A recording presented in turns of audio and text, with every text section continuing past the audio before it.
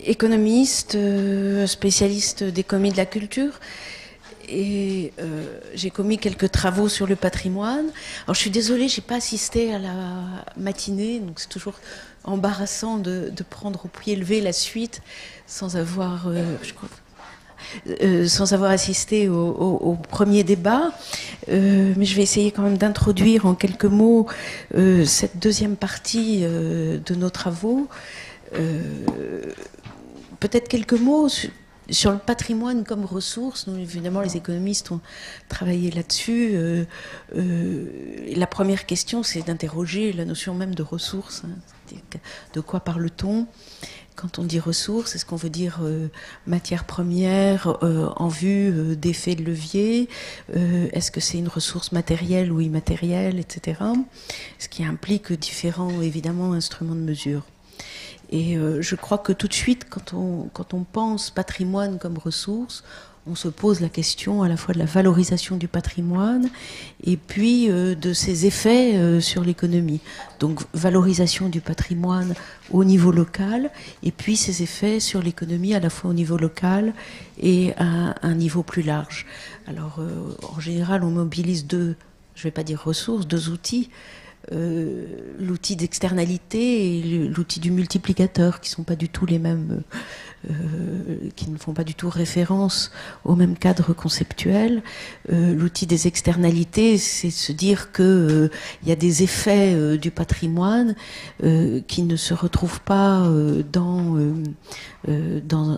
des prix et qu'il conviendrait peut-être d'internaliser. Je reviendrai sur cette idée. L'effet du multiplicateur, c'est plutôt l'effet de levier, c'est-à-dire de dire que dès lors qu'il y a du patrimoine, il y a du tourisme, et on va y venir dans le débat de tout à l'heure et la présentation des travaux, et ce tourisme peut ensuite avoir un effet multiplicateur sur l'économie, et cet effet multiplicateur peut même aller au-delà de l'économie locale, avec toute une série de débats. On pourra le faire éventuellement sur la réalité finalement de ces retombées in fine. Mais je voulais revenir sur le concept d'externalité un instant, parce que le concept d'externalité peut donner lieu ensuite à toute une réflexion sur comment internaliser ces externalités, c'est-à-dire les remettre dans le marché en quelque sorte. Donc vous avez par exemple un lieu patrimonial qui profite à un certain nombre de gens et ces gens ne payent rien en retour, et comment on peut internaliser cette externalité, c'est-à-dire ce bénéfice en quelque sorte, faire en sorte que celui qui bénéficie du patrimoine rende un peu au patrimoine ce que le patrimoine lui a donné. Et parmi les propositions qu'on avait faites avec mon collègue David Tesmar pour le Conseil d'analyse économique il y a quelques années, c'était quand François Fillon était Premier ministre, on avait fait la proposition d'augmenter légèrement la taxe d'habitation, pardon, c'est un lapsus révélateur, la taxe, comment elle s'appelle la taxe de séjour. Voilà, la taxe de séjour, et de faire de cette ressource qui aurait été affectée une ressource pérenne pour le patrimoine qui aurait largement réglé la question du financement qu'on peut se poser chaque année. On pourra revenir sur cette question. En tous les cas, voilà donc quelques réflexions sur cette notion de patrimoine comme ressource. Alors il y a eu des travaux très intéressants qui ont été menés donc dans le cadre de ce programme de recherche sur les sites exceptionnels. Travail très intéressant qui va vous être présenté sur à la fois la typologie des sites avec la ressource comme fil rouge en quelque sorte, et avec une volonté d'essayer de qualifier ce concept quand il est appliqué au patrimoine, et de réfléchir à la question de l'entretien du patrimoine dans ce contexte-là.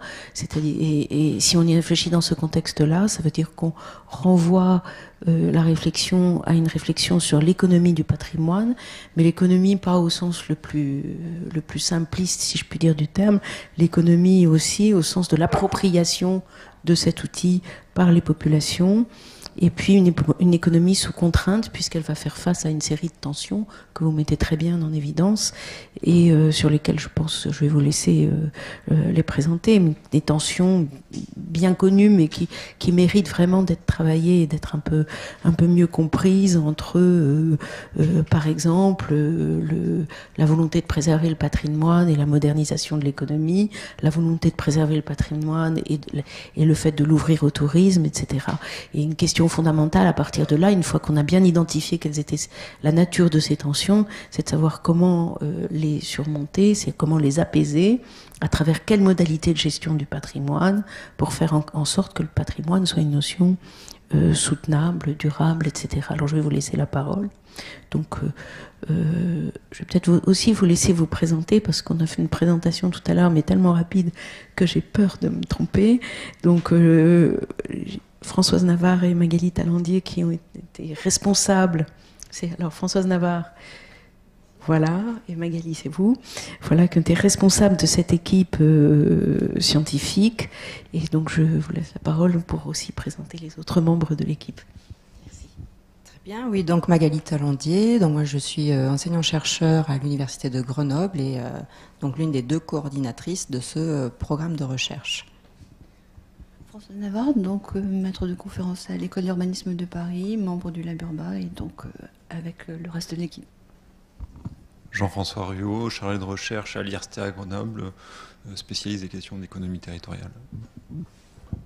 Et Laure Cormier, maître de conférence à l'École d'urbanisme de Paris, plutôt sur les questions environnementales et paysages.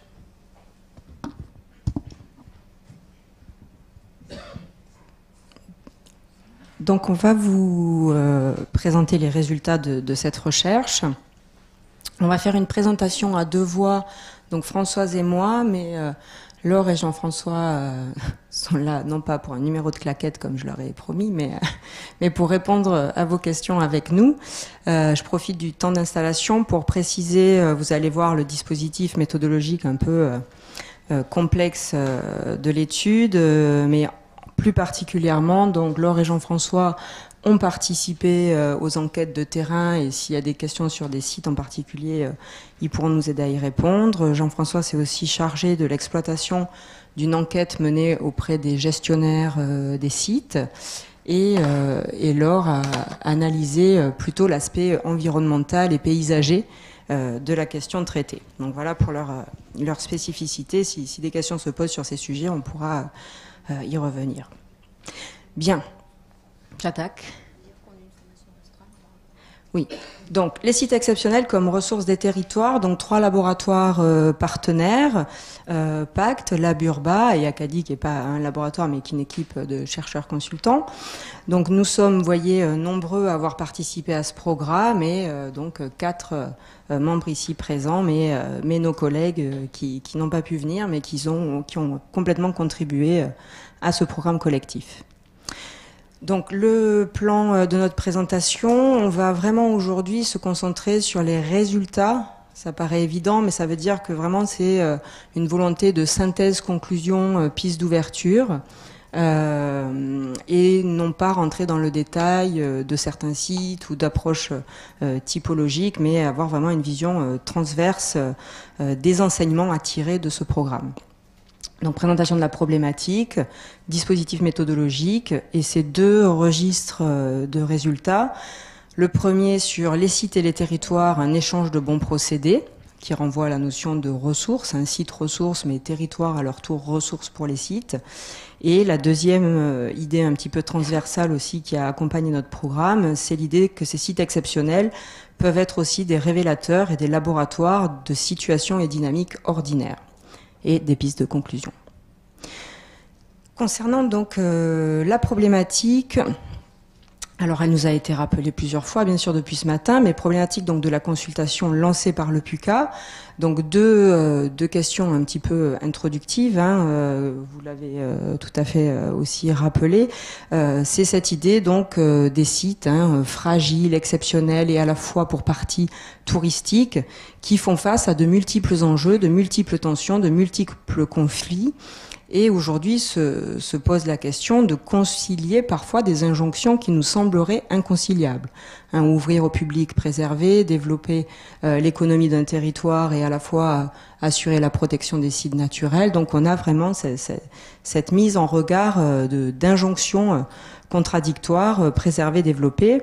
Deuxième question qui était posée, c'était celle du contexte également financier dans lequel on se trouve, apparenté pour partie à des biens publics, voire des biens communs. L'intervention de la puissance publique se justifie, bien sûr, pour ces sites-là, mais à la fois, elle pose des questions aujourd'hui au regard de la raréfaction des financements publics. Donc comment, pourquoi, pour qui financer ces sites ? En posant la question de l'impact des sites sur le développement local, tel qu'était formulé donc l'appel à consultation, le PULCA, en tout cas nous c'est comme ça qu'on a reçu l'invitation à candidater et à répondre. Donc le PULCA nous permet à la fois de repenser ces problématiques de façon transversale. Nous on a pris ça par l'angle territorial, mais il y a une volonté de transversalité et non plus uniquement segmentée, une question touristique, une question environnementale ou gestionnaire, etc. Et puis aussi, elle permet quand même de dépasser, de nous inviter à ne pas penser les sites uniquement comme des centres de coûts, si tel était le cas, pour étudier les apports possibles, concrets, de ces sites pour les territoires. Donc comprenons ça de la question posée. Voilà ce que l'on a proposé, ça c'est notre réponse, la façon dont on a reproblématisé cet appel à consultation. Donc tout d'abord, on a vraiment mis en avant cette idée de tension, de conflit. C'est-à-dire que les sites sont vraiment les lieux de tous les antagonismes. Il y a parfois une orthogonalité des enjeux et des acteurs et des forces en présence qui créent des tensions, des conflits qui sont extrêmement intéressantes pour le chercheur en tout cas à observer.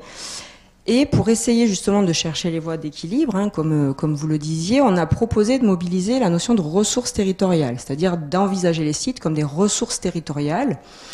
L'idée de ressources territoriales, elle implique la mobilisation des acteurs, c'est-à-dire que tous les territoires disposent de ressources spécifiques qui leur sont propres et qu'on ne retrouve pas nécessairement ailleurs. Donc par définition, ces sites exceptionnels sont une ressource pour les territoires.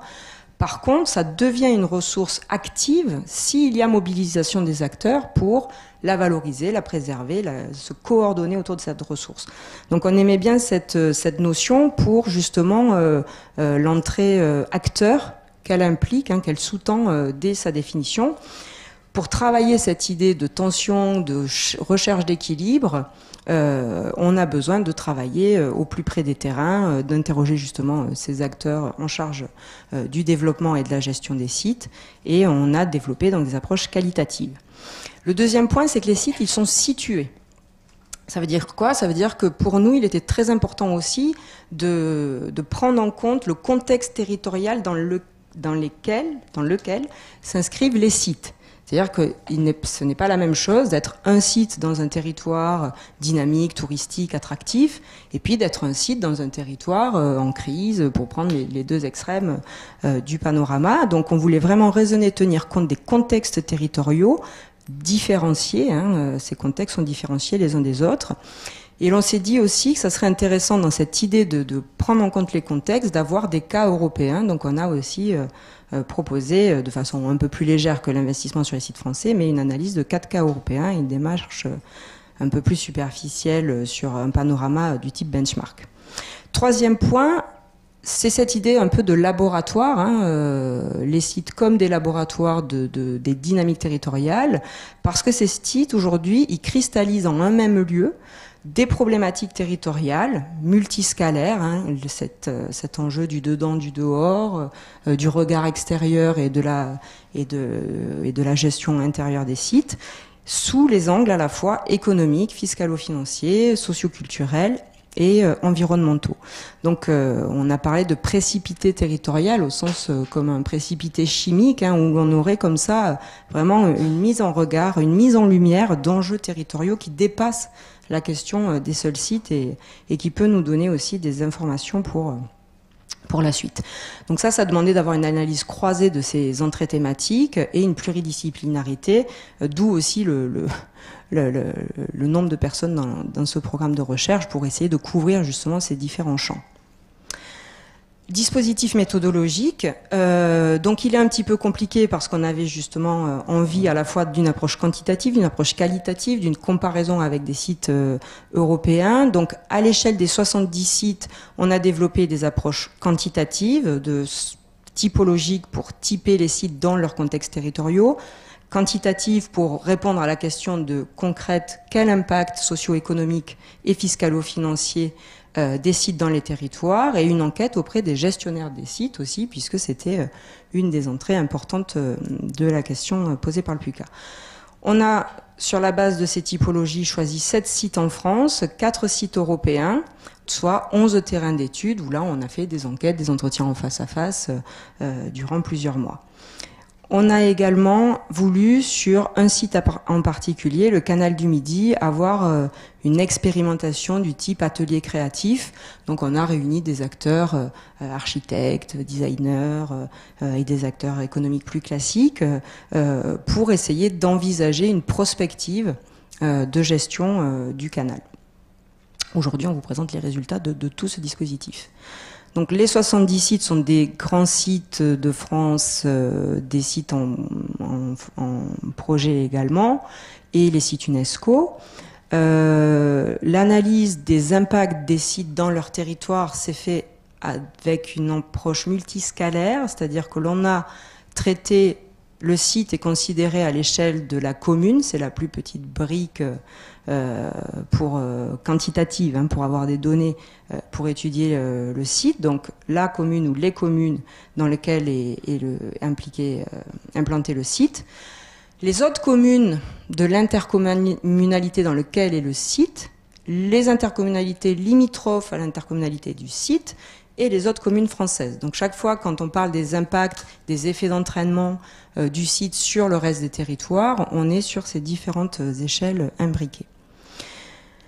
Les 7 sites sélectionnés sont les suivants: Baie de Somme, Bassin minier Nord-Pas-de-Calais, Canal du Midi, Groche-Chauvet et Gorge de l'Ardèche, Le Havre, le Marais Poitevin, le Massif des Ocres. Donc là, l'idée, c'est d'avoir une diversité de villes, de paysages, de formes linéaires, de formes ponctuelles, un musée, etc. Couvrir un peu la diversité de la typologie des sites. Et à l'étranger, donc, on a choisi par cousinade, on a dit, c'est-à-dire par enjeu commun avec des sites français, la Chaux-de-Fonds, le Locle en Suisse, Hampshire Park en Allemagne, le Sud-Piémont en Italie et la vallée Salé-d'Agnana en Espagne. Je passe donc aux résultats. Première série de résultats, et après je donnerai la parole à Françoise. Donc, les sites et les territoires, un échange de bons procédés. Donc là, on va vraiment se poser la question du site ressource et inversement. Donc, en apparence, c'est-à-dire quand on raisonne à l'échelle des 70 sites en France, globalement, il n'y a pas de problème majeur. Les sites sont plutôt dynamiques dans des territoires qui le sont aussi, parce qu'on a aussi beaucoup de sites en milieu urbain. Par effet de masse, on a des tendances globales qui sont celles-ci, mais qui à la fois ne nous disent pas grand-chose concrètement sur l'impact du site dans son territoire. Donc les typologies qu'on a réalisées au départ de cette recherche, elles nous ont montré qu'il y avait des configurations patrimoniaux-territoriales extrêmement variées. C'est-à-dire qu'il est difficile de comparer l'impact d'un site, comme je le disais, dans un pôle urbain où les effets vont être dilués, avec les impacts d'un site paysager dans un espace rural attractif, du bassin minier dans le Nord-Pas-de-Calais, etc. Donc on a fait apparaître par des méthodes de typologie plusieurs configurations. Donc les sites situés dans des pôles urbains, on a choisi donc le Havre comme cas d'étude. Les sites touristiques qui sont dans des contextes territoriaux différents, soit des contextes touristiques, soit des contextes productifs, soit des contextes un peu résidentiels ou productifs, c'est ce que j'appelle équilibrés, etc. Donc on a plusieurs configurations. Des sites résidentiels dans un contexte résidentiel, des sites équilibrés dans un contexte équilibré, des sites productifs dans des contextes productifs, dynamiques ou en déclin. Bref, tout ça pour vous dire qu'on a un peu toutes les configurations socio-économiques qui associent un site à son territoire. Le site n'ayant pas forcément la même caractéristique que le territoire dans lequel il est impliqué. De ces différentes configurations, quand on regarde les dynamiques territoriales, c'est-à-dire les dynamiques d'emploi, les dynamiques de revenus, de population, le potentiel touristique de ces sites, l'analyse fine des secteurs économiques qui se développent ou pas, on a 3 cas de figure distincts qui sont justement cette idée de rassembler les résultats en analyse un peu synthétique. Premier cas de figure, on a donc des sites exceptionnels qui constituent une ressource territoriale parmi d'autres. Je vais développer. Deuxième cas, le site exceptionnel est une ressource, mais qui n'est pas ou peu activée par le territoire. Troisième configuration, le site exceptionnel, c'est un possible levier de développement des territoires. Donc c'est une ressource et en plus, elle a une fonction de développement du territoire. Donc je vais développer déjà le premier point. Donc les sites exceptionnels, une ressource territoriale parmi d'autres. Alors on est un peu désolé, il y a beaucoup de textes sur nos slides, mais à la fois l'analyse synthétique de tous ces matériaux est très récente et on a besoin pour nous d'avoir encore beaucoup de choses écrites pour vous raconter nos résultats. Mais voilà, petit à petit, on allègera nos slides. Bien, donc les sites exceptionnels, premier cas de figure, c'est une ressource territoriale parmi d'autres. Là, on est dans des configurations où à la fois les sites et les territoires sont dynamiques. Quand je dis dynamique, ça veut dire évolution des emplois positifs, croissance démographique, attractivité migratoire, revenus des populations qui peuvent progresser. Dans ces configurations, le site, c'est une ressource, le plus souvent touristique, je vais y revenir, mais elle fait partie d'autres ressources activées par le territoire. C'est-à-dire le territoire se développe non pas uniquement grâce à la présence du site, mais pour plein d'autres raisons auxquelles le site est une de ces raisons. Donc on est sur des configurations patrimoniaux territoriales qui sont a priori favorables, puisque tout va bien dans le site et en dehors du site. Pourtant, dans ces configurations, on a pas mal de questions qui se posent, et des questions qui se posent pour l'action notamment.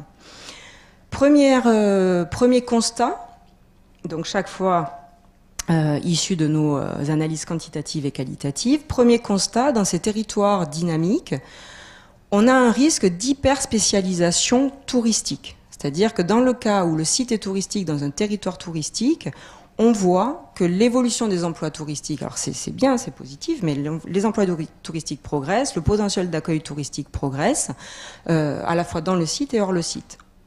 Constat favorable, sauf que se pose la question d'une dépendance à un seul secteur économique, avec toutes les implications que ça a et que l'on sait par ailleurs, donc notamment sur les activités touristiques, type d'emploi créé, inégalité sociale qui émerge, pression résidentielle, économie de cueillette, ça c'est l'idée selon laquelle finalement c'est plus simple de continuer sur cette voie que de l'infléchir. C'est-à-dire finalement c'est plus simple de continuer à faire du tourisme et de miser sur cette économie que de penser la diversification. C'est d'autant plus vrai que la fiscalité joue un rôle aussi dans cette inertie au changement, puisque la fiscalité héritée du passé avec de fortes dépenses et des investissements conditionne aussi le modèle à venir. Donc voilà pour cette idée d'hyperspécialisation de dépendance, pression environnementale exercée par la surfréquentation des lieux, saturation de la demande, c'est-à-dire qu'on est aussi dans de telles fréquentations que même le touriste quelque part n'a pas forcément trouvé ce qu'il attendait dans le site. Et au final, le site, il n'est pas réellement structurant pour l'action, parce qu'il y a d'autres leviers de développement touristique. Typiquement, le canal du Midi, par exemple, était dans ce cas, c'est-à-dire des problématiques très lourdes, très fortes, mais à la fois, alors bien sûr, le canal est là, il ne va pas disparaître, il y a une identité autour de ce canal, mais en termes de développement économique, c'est un des atouts touristiques de la région, c'est loin d'être le principal.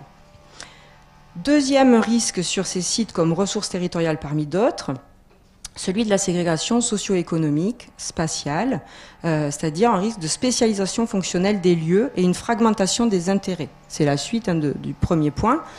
Notamment, il y a pas mal de sites dans lesquels on observe une concurrence résidentielle entre les communes du site et leur périphérie. C'est-à-dire qu'on a des attractivités auprès de publics différenciés dans le site et en périphérie, donc typiquement des revenus plus élevés dans les sites les plus valorisés, des ménages qui peuvent s'installer, et puis des actifs ou des jeunes ménages ou des gens à revenus plus modestes qui se retrouvent plutôt à bouger en périphérie de ces sites.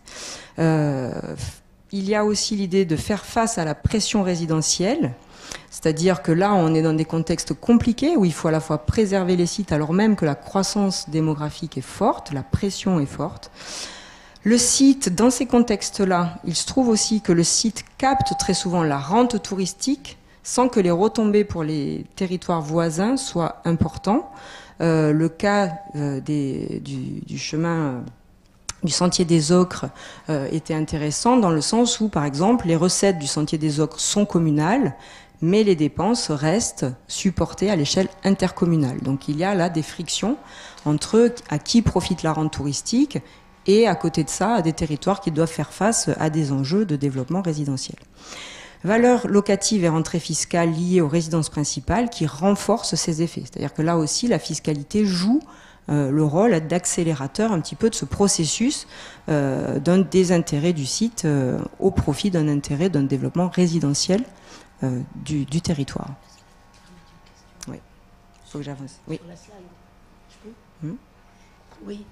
Moi, il y a une chose que je ne comprends pas très bien, en fait. C'est pour ça que je voulais vous poser la question d'emblée. Vous évoquez là, c'est le premier cas du site ressources territoriales parmi d'autres.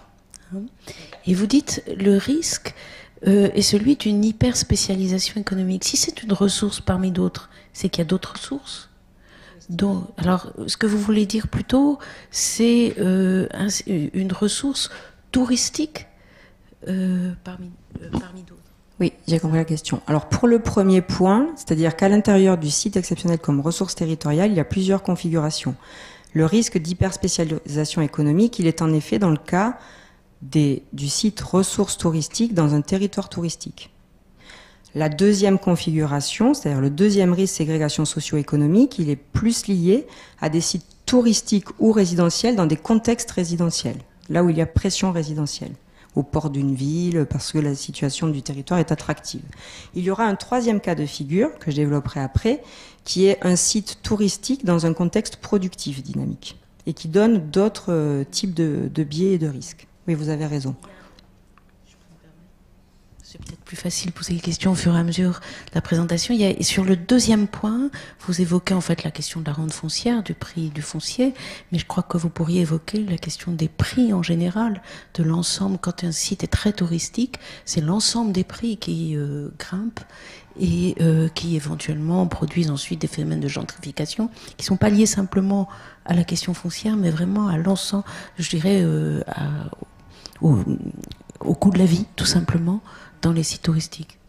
Oui, tout à fait. Donc ça, c'est plutôt le premier point de ce deuxième point, c'est la concurrence résidentielle, l'attractivité différenciée. C'est-à-dire quand on regarde les profils des migrants qui s'installent dans les sites et à côté du site, on n'a pas les mêmes profils, pas les mêmes niveaux de revenus, etc. Tout à fait. Et le dernier point, c'est pour dire qu'il y a aussi c'est plus lié à l'action, c'est-à-dire qu'il y a aussi un intérêt, y compris en termes de fiscalité, à aller plutôt sur du développement résidentiel que du développement touristique. Somme toute, ça dépend évidemment des lieux. Enfin, là, c'est vraiment un peu généralisation. Donc, de ces deux éléments, et je développerai la troisième configuration, qui est celle du site touristique dans le territoire productif, de ces deux types de risques, hyperspécialisation, risque de ségrégation socio-économique, etc., spécialisation fonctionnelle, on peut tirer des pistes, en tout cas des questions pour l'action. La première, ça serait cette idée donc de réactiver le site dans ses fonctions économiques héritées. C'est-à-dire que là, on passe plus sur les retours du terrain. Donc très clairement, dans les terrains que l'on a enquêtés, on a vraiment eu cette revendication par certains acteurs de redonner le sens premier au site et de ne pas être uniquement dans une exploitation touristique du lieu.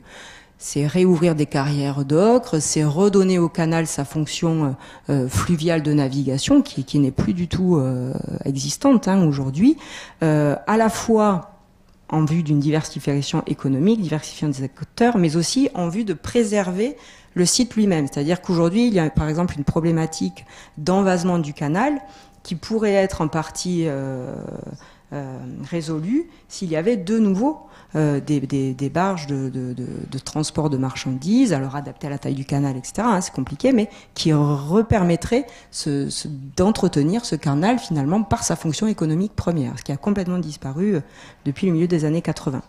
Deuxième idée, diversifier les fonctions économiques. Donc la première, c'est revenir sur des fonctions économiques héritées, les remettre en œuvre quand c'est possible. La deuxième, c'est diversifier les fonctions économiques, mais en cherchant d'autres usages, d'autres types de fonctions possibles. Là, on a fait un panorama de choses existantes en Europe qui sont intéressantes peut-être à reprendre. Retisser du lien autour de la problématique site comme ressource d'un panier de biens communs, c'est-à-dire que on peut aussi imaginer que le site s'inscrit dans une démarche plus large de valorisation des ressources d'un territoire. Dans le cas des ocres du Roussillon, par exemple, il y a un travail sur la couleur en Provence, la couleur dans ce territoire auquel participent les ocres, mais auquel participent aussi d'autres produits agricoles, etc. dans cette idée-là. Autre idée qui là nous a été soufflée directement par une gestionnaire de site, c'est repenser le plan de gestion de site en y intégrant véritablement une stratégie de développement économique pour le territoire, c'est-à-dire mettre ce volet-là dans le plan de gestion des sites. Des cas étrangers sont intéressants. Le cas espagnol, s'il y a des questions, on pourra y revenir. C'est un mode de gouvernance assez original. Troisième cas de figure, qui est un peu différent des deux premiers, toujours dans ce site exceptionnel, une ressource territoriale parmi d'autres, c'est le cas où on a un site touristique dans un environnement qui est plutôt productif et dynamique. Là, la question qui est posée très directement, c'est celle du conflit d'usage, du conflit entre justement des fonctions économiques non compatibles, ou en tout cas a priori non pas forcément faciles à concilier, à la fois des activités donc d'exportation, de production, et à côté de ça l'enjeu de préservation du site. Donc le site, cette fois-ci, contrairement au cas précédent, il participe à la diversification des bases économiques du territoire, donc ça c'est intéressant, mais il y a donc un risque de conflit, comme je l'ai dit, et une fiscalité, là encore, on a essayé de croiser en fait systématiquement les approches fiscalo-financières de Françoise avec des enjeux plus socio-économiques, une fiscalité qui peut accentuer un peu plus ce conflit, puisque les rentrées fiscales sont corrélées positivement à la contribution foncière, et donc plus on a des activités qui ont une emprise foncière grande, plus les rentrées seront positives, et très peu finalement à la valeur ajoutée des emplois. Ça veut dire que là aussi des territoires peuvent avoir une incitation à développer des activités à forte emprise foncière, ce qui est un peu compliqué dans des sites à préserver. Donc là, les enjeux pour l'action, c'est partager les fonctions. Enfin non, c'est un partage des fonctions à assumer. C'est-à-dire que souvent, le partage des fonctions est déjà là, mais il est subi plutôt que gouverné et assumé. Une coopération interterritoriale pour gérer durablement ces complémentarités économiques. Et ce qui est ressorti aussi très clairement, notamment dans le cas du Marais de Poitevin, c'est le paysage comme consensus et outil de coordination. S'il y a des questions, Laure répondra. C'est elle qui a justement mis en évidence cette idée vraiment du paysage comme presque outil de régulation et de concertation entre les acteurs. Deuxième cas, je vais aller beaucoup plus vite, c'est le site exceptionnel qui est une ressource peu ou pas activée par le territoire.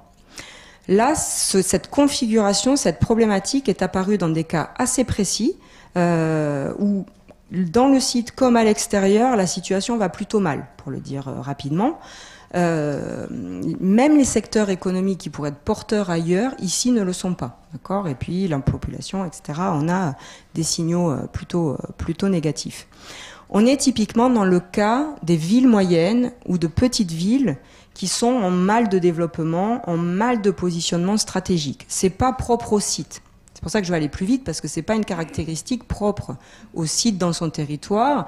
C'est là le contexte actuel de certaines de ces villes qui sont dans cet entre-deux métropolitain compliqué à gérer, parce qu'elles sont ni les atouts de la métropole, ni les atouts résidentiels touristiques de certains espaces ruraux attractifs. Donc elles sont dans un entre-deux inconfortable, en tout cas actuellement. Et là, on se rend compte que le territoire, finalement, il est trop affaibli pour être à son tour ressource pour le site. C'est-à-dire que là, il n'y a pas les leviers nécessaires, il n'y a pas la coordination. Non, on a peut-être d'autres questions aussi prioritaires que celles du site dans ces petites villes et villes moyennes, mais en tout cas, ce que montre aussi ce cas, c'est qu'il n'y a pas de miracle site exceptionnel. C'est-à-dire que dans une configuration compliquée comme celle-ci, il ne suffit pas d'avoir un site exceptionnel pour que ça crée du développement. Il faut aussi qu'il y ait une volonté, bien sûr, d'intégrer ce site dans une dynamique plus large. Et dans ces villes-là, on se rend compte que le site peut vraiment alors devenir un fardeau de plus, quelque part, pour le territoire, parce que on est en déficit de stratégie, déficit d'image. Alors, le site pourrait être remobilisé pour mettre en récit ces villes. J'ai mis Écluse de Fontserrane, point d'interrogation par rapport à Béziers. J'ai mis un point d'interrogation parce qu'on a visité le site, mais il était complètement encore en chantier. Et donc les retombées de sa revalorisation, là, ne sont pas pour l'instant identifiables. Mais voilà, ça pourrait être un exemple pour voir comment ce site peut-être redonne du récit à Béziers. Problématique donc des villes moyennes en général, c'est pas propre au site. Dernier cas très intéressant, c'est le site exceptionnel comme possible levier de développement des territoires. Donc il n'y a pas de miracle lié au site, il ne suffit pas d'avoir un site exceptionnel pour que le territoire aille bien, mais il y a des frémissements favorables. C'est-à-dire qu'on a quand même des sites touristiques, ou pas, mais des sites exceptionnels, qui sont situés dans des territoires que moi j'ai appelés productifs en déclin, c'est-à-dire des territoires finalement aujourd'hui où les choses sont compliquées. C'est les exclus de la mondialisation, les en marge de la métropolisation, les perdants de la désindustrialisation, etc. Donc c'est ce registre-là de territoire. Donc situation cette fois-ci a priori défavorable, et pourtant on a vraiment des signaux positifs, y compris quantitatif. C'est-à-dire que quand on se voit dans les statistiques, c'est qu'il se passe quand même vraiment quelque chose sur le terrain. Donc on a une mise en tourisme du site et des communes qui sont juste à proximité du site. Le bassin minier n'est pas devenu un grand site touristique français, mais il se passe des choses. Les emplois touristiques progressent, les emplois liés à la culture progressent alors qu'ils diminuent partout ailleurs en France. Il y a aussi un essor d'emplois d'intermédiation, c'est-à-dire services aux entreprises pour faire vite, en périphérie du site. Bref, il se passe quelque chose, y compris en termes de fiscalité, qui reste modeste, très modeste, mais qui progresse plus qu'ailleurs. Ici, clairement, ce qui se passe, c'est un renversement de l'image du territoire auprès de ceux qui y vivent, qui y passent ou pas. C'est-à-dire vraiment, on joue sur ce renversement d'image. On joue sur une bifurcation, une transition dans le sens changement radical de projet pour le territoire, de trajectoire. Et ce changement radical pour le territoire, il s'incarne à travers aussi le site exceptionnel. Le cas du bassin minier est vraiment tout à fait évidemment remarquable à ce point, avec l'idée de passer d'un archipel noir à un archipel vert. Donc il y a cette volonté des acteurs de s'inscrire dans une nouvelle histoire du lieu. Et puis, il y a cette fois-ci cette idée que la fréquentation touristique, pour une fois, elle n'est plus un problème, mais elle est un objectif, pour l'instant. Voilà. Donc là, on est sur l'idée de conforter les frémissements en ayant une vision peut-être non figée du patrimoine, et le fait que le bassin minier soit justement inscrit dans un patrimoine évolutif, c'est intéressant pour ce site justement qui a un fort besoin de reconversion. Et ce qui peut être intéressant pour ces sites, c'est d'anticiper les conflits d'usage et de fonction. J'ai mis T-1 de cas similaires, c'est-à-dire que là, on est dans des situations où le site n'est pas encore très touristique, on est sur des frémissements. Par contre, on peut peut-être s'inspirer des effets négatifs de certains sites mis en touriste dans des contextes productifs pour voir, pour anticiper ce qui n'a pas été peut-être fait ailleurs sur ces conflits d'usage et de fonction. Alors, second point, effectivement, comme Magali l'a annoncé de nos résultats, il ne s'agit plus tant de regarder les sites dans leur territoire ou les territoires à la lumière de leur site et surtout dans leur vocation productive et économique, mais plutôt sous un autre angle, et qui est qu'ils sont en fait des révélateurs de situations et de dynamiques que finalement on rencontrerait un peu partout dans nos ensembles et nos systèmes territoriaux et qui sont ordinaires, soit parce que ce sont des sites touristiques ou des sites possédant un patrimoine mais qui n'a pas encore reçu la labellisation, tout simplement parce que ce sont des territoires banaux.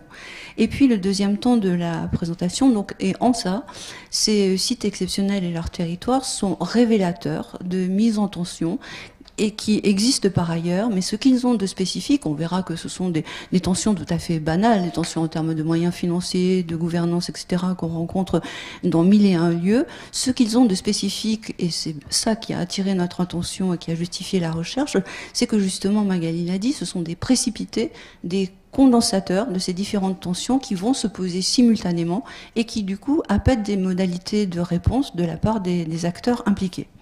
Second point, c'est qu'effectivement, on sent des frémissements, on sent des signaux faibles, en France comme à l'étranger, que les acteurs mettent en place, ou qui sont liés à des dynamiques endogènes ou exogènes, où il y a déjà des dispositifs d'équilibre qui se présentent et qui justement travaillent conjointement sur ces différentes tensions pour essayer de les dépasser et d'aboutir via l'action à de nouvelles dispositions qui soient plus satisfaisantes et plus équilibrées.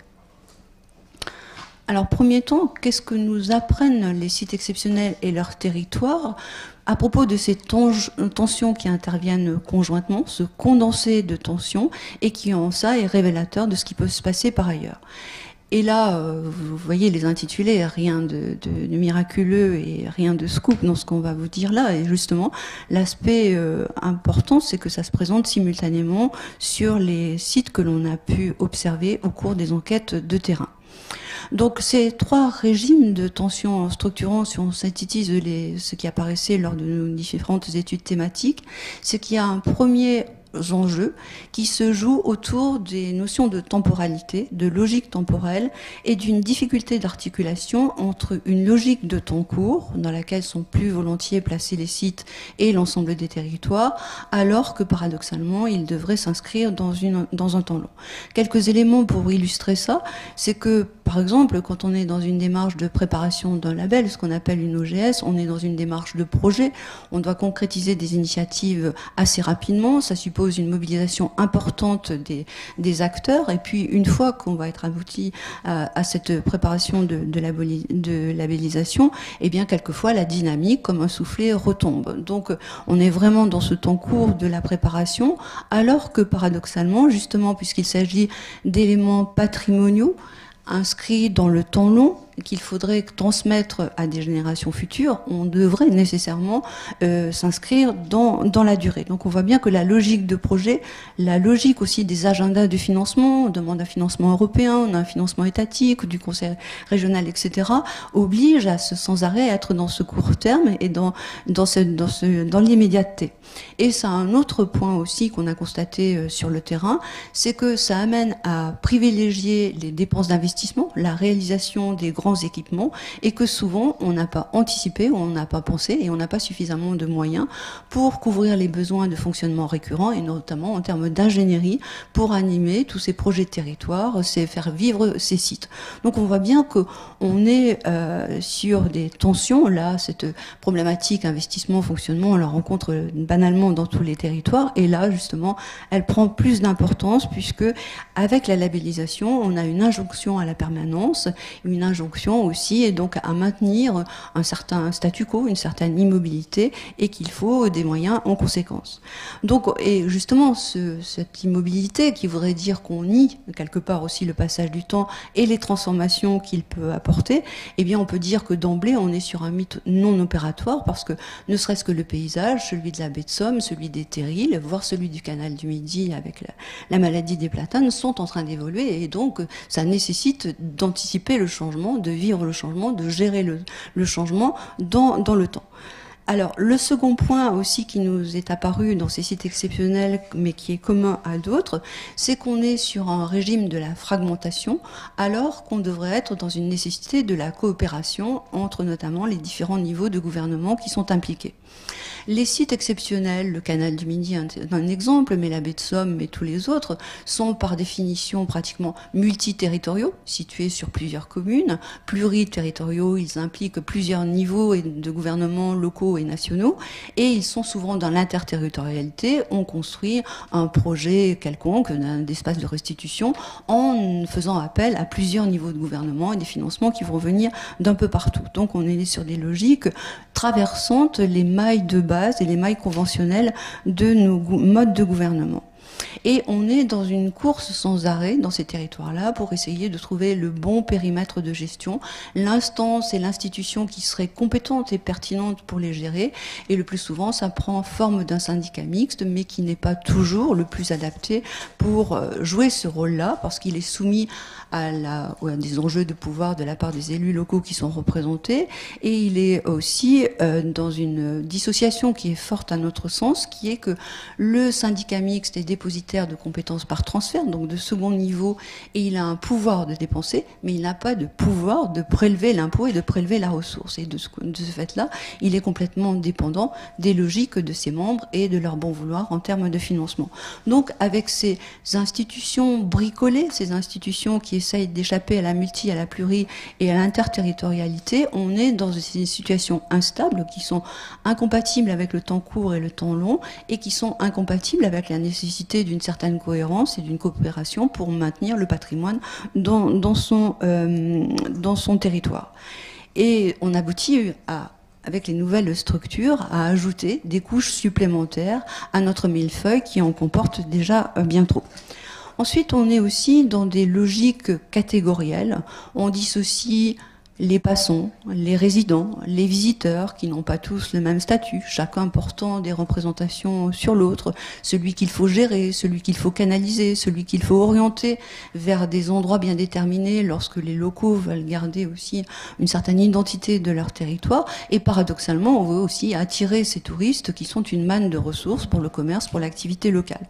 Donc des positions ambiguës de la part des habitants, de la part des touristes, mais aussi des logiques qui sont très segmentées lorsque il y a ces séparations de rôles, de fonctions, de logiques entre les institutions publiques chargées de gouverner, chargées de dire le droit, et les institutions privées qui seraient là chargées de faire, d'exécuter, et qui n'auraient en tout cas pas le droit de devenir, par exemple la SICOCRA de le massif des Ocres en est un exemple, de devenir des gestionnaires du site.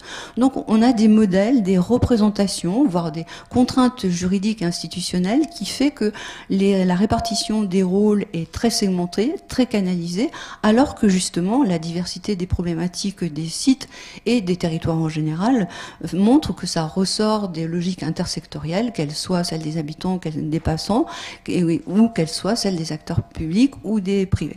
Et ce qui fait qu'on fonctionne sur des modèles de partenariat qui sont très réduits, au mieux des délégations de services publics, par exemple pour l'espace de la restitution de la grotte Chauvet, au mieux pour la SIC, qui serait OCRA justement, qui est le modèle le plus innovant, mais ces partenariats publics-privés, ces véritables associations des acteurs du niveau stratégique jusqu'au niveau opérationnel sont très rares et ne sont pas nécessairement compatibles avec un développement intégré des sites et dans leur territoire. Donc ces modes de fonctionnement qui sont ordinaires, qui sont exceptionnels, constituent par symbiose un ensemble de freins qui vont s'opposer à des équilibres et la constitution de solutions d'équilibre qui soient à la fois intégrées du point de vue des échelles temporelles, échelle institutionnelle et échelle d'acteurs, et qui en même temps donc soient durables et qui présentent une certaine souplesse pour s'adapter à la logique du site évolutif et dans son territoire lui-même en évolution. Alors, ce qu'il faut entendre aussi par là, c'est que s'il y a des bifurcations, des trajectoires qui s'amorcent ici ou là, elles vont être dans les sentiers de dépendance, comme le disent les politistes, par rapport aux situations acquises et ces modes de réponse un peu hérités.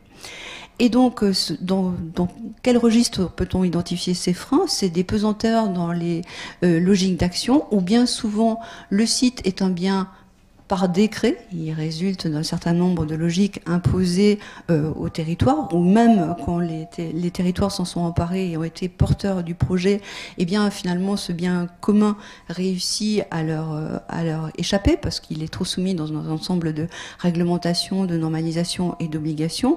Et là on a ce qu'on appelle, ça a été dit ce matin, la tragédie des communs, et qui serait presque une tragédie commune parce que finalement c'est aussi celle qui se joue pour main projet dans nos territoires.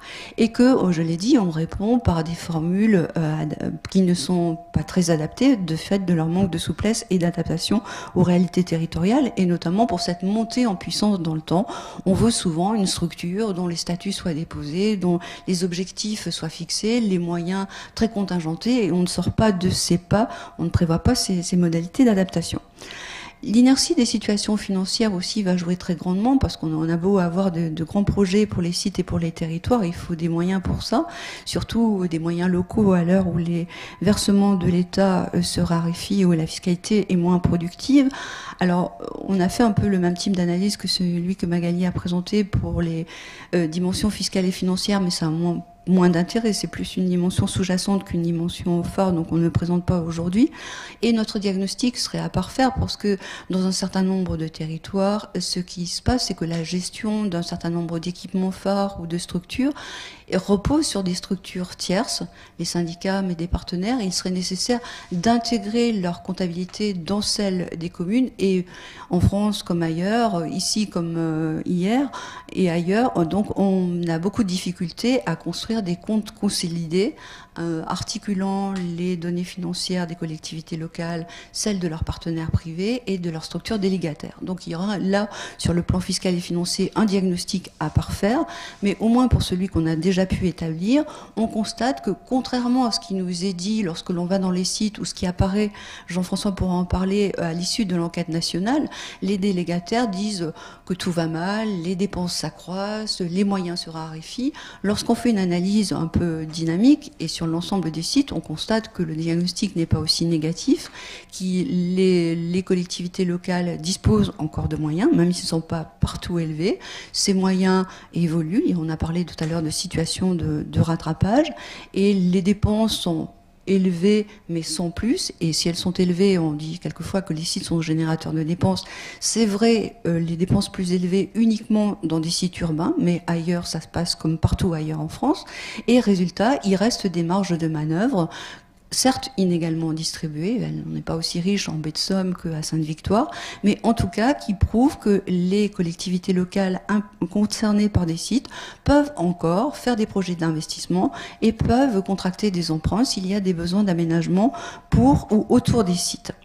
Malgré tout, il faut bien reconnaître que les situations fiscales et financières sont très inertes, elles évoluent très très peu, et que donc là où il y a des difficultés, là où la ressource est moindre, eh bien on va encore posséder ce handicap pendant de longues années. Et il y a surtout aussi des handicaps lorsque, on l'a déjà dit aussi, de petites communes rurales peu dotées sont en charge d'un patrimoine et de biens qui dépassent de loin là leur capacité financière. C'est une inégalité qu'on ne peut pas nier. Et justement, le poids de ces dépenses va entraîner les collectivités locales à chercher des solutions alternatives, là davantage que d'autres, en s'associant par exemple à des partenaires privés. Alors là aussi, ça nous a été fortement rappelé lors de nos enquêtes de terrain, c'est qu'on est dans ces sites-là sur un enchevêtrement normatif qui est très fort. Pour les sites qui sont en opération grand site ou qui sont labellisés au réseau des grands sites de France, il y a la loi et le classement au titre de la loi 1930 qui intervient, mais ça n'est qu'un élément parmi un enchevêtrement, parmi un écheveau qui est très important sur le plan d'aménagement, sur le plan d'urbanisme, sur le plan des droits de la construction, les ABF et autres qui vont intervenir. Et donc, ce que disent les acteurs locaux, c'est que ça stérilise quasiment toute possibilité d'intervention et que ça empêche leur site de se développer. Alors il faut être un tout petit peu prudent par rapport à ça, parce qu'ils peuvent aussi instrumentaliser cet empilement de normes pour justifier le fait qu'ils ne font rien ou qu'ils font seulement les projets qui les intéressent. Mais en tout cas, il n'empêche qu'à trop gérer de normes, on n'est pas économe dans l'utilisation de la norme, et que ça génère malgré tout des difficultés pour le développement des sites. Par exemple, aux abords du canal du Midi, il est quasiment impossible de mettre des panneaux pour signaler l'existence d'une buvette, d'un commerce, etc. Donc c'est quand même contraire au développement de l'activité économique et au bien-être des visiteurs.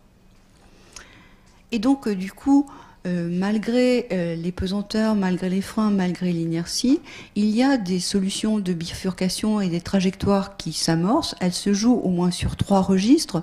Le premier est relativement conventionnel puisqu'il s'agit de capitalisation sur l'existant pour essayer de mettre ensemble différents registres, puisque justement on est sur des segmentations sectorielles. Donc, et je dis de l'existant parce que c'est des modalités qui existent un peu partout par ailleurs, instaurer des péages, instaurer de la tarification pour internaliser les externalités dont on a parlé tout à l'heure, et qui ont certes une vocation financière, mais qui ne vont pas apporter une manne de ressources aux entités gestionnaires. Et là, souvent, c'est une occasion pour les gestionnaires et aussi avec les habitants et aussi avec les visiteurs, de rediscuter de finalement qu'est-ce qu'on cherche à faire à travers ces péages et à travers ces tarifications, qui est-ce qu'on veut accueillir, qui est-ce qu'on veut exclure, au profit de qui on fait des tarifs privilégiés. Donc on doit gérer ces différentes relations entre l'intérieur et l'extérieur, et aussi parce que ça permet de réfléchir à la durée de la présence dans les sites, la nature de la présence, la voiture, pas la voiture.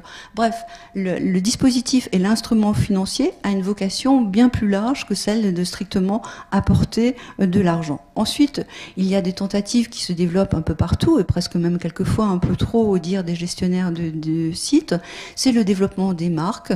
On associe le nom du site, le label, à la valorisation de produits locaux, de pâtisseries, de bonbons et tout ce que l'on peut imaginer.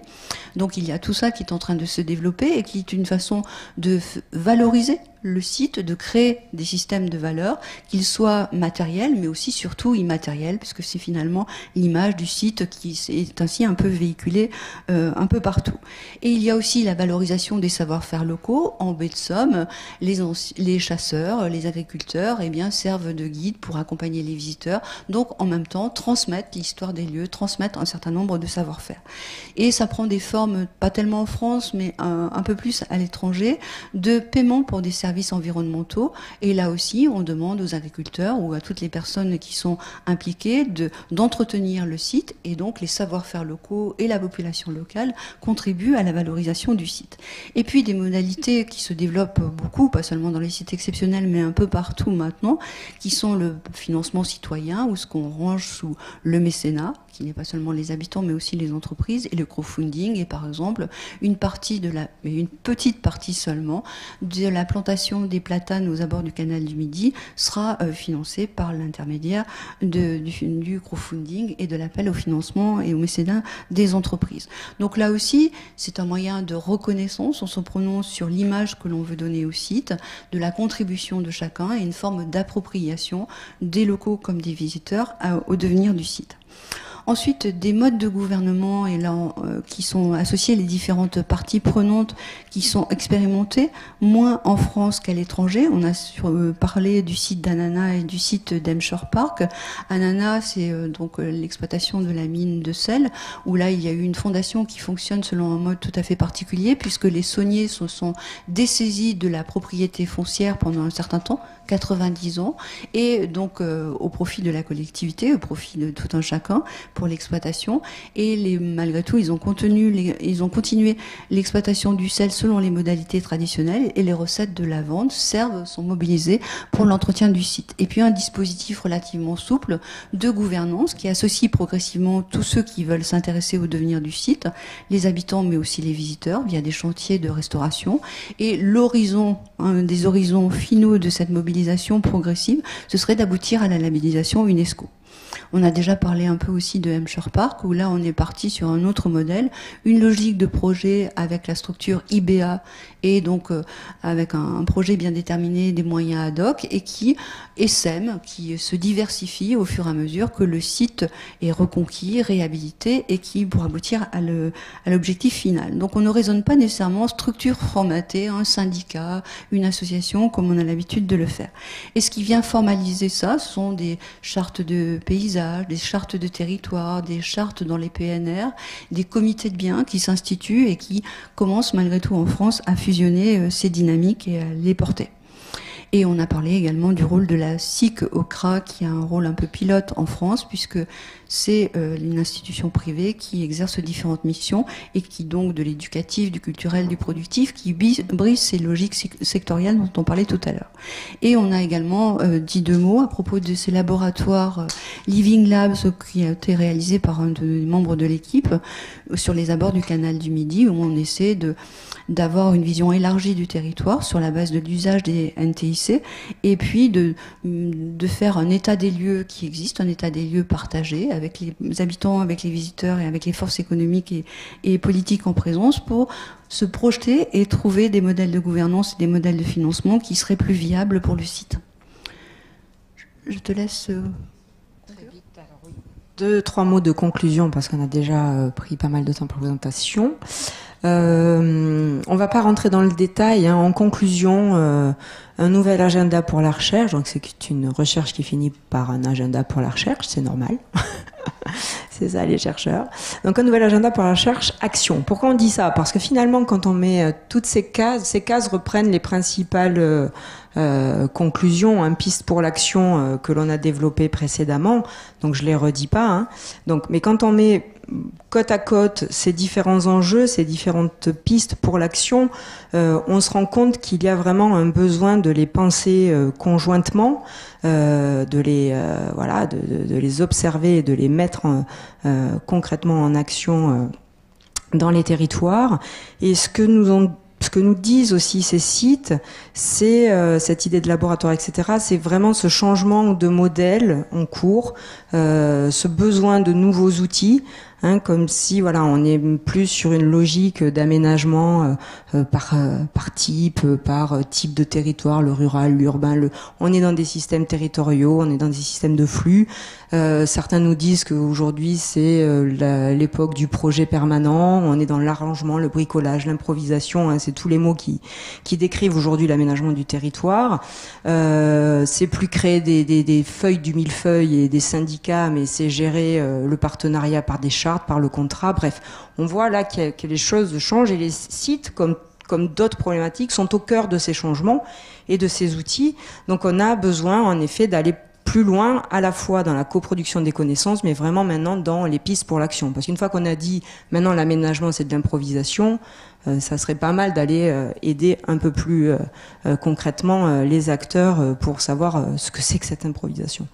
Donc du coup, sur la base de tous ces petits carrés, ce qui pourrait être intéressant, c'est d'expérimenter concrètement de nouveaux dispositifs de gouvernance, de développement économique, d'aménagement, avec des sites ou pas des sites, hein, d'ailleurs, d'expérimenter donc ces nouveaux dispositifs sur 2 ou 3 cas volontaires, parce que là il faudrait vraiment des sites parties prenantes, peut-être des sites cofinanceurs d'une démarche. On se disait de la même façon que le PUCA a lancé son programme POPSU avec la contribution des métropoles observées, peut-être que expérimenter justement de nouveaux dispositifs dans des sites contributeurs à cette expérimentation pourrait être intéressant.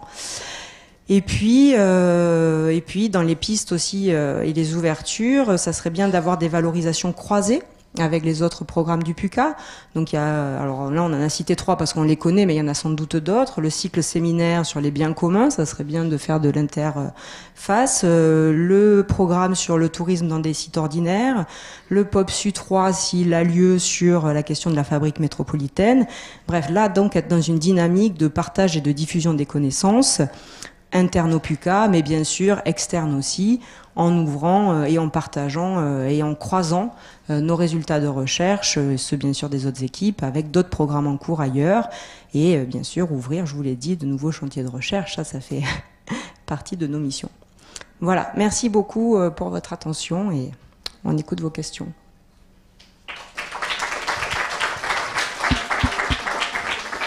Merci beaucoup. C'est une présentation vraiment extrêmement riche et je ne l'ai pas encore lu, mais je vais lire le rapport complet parce que j'ai l'impression qu'il y a vraiment énormément de choses.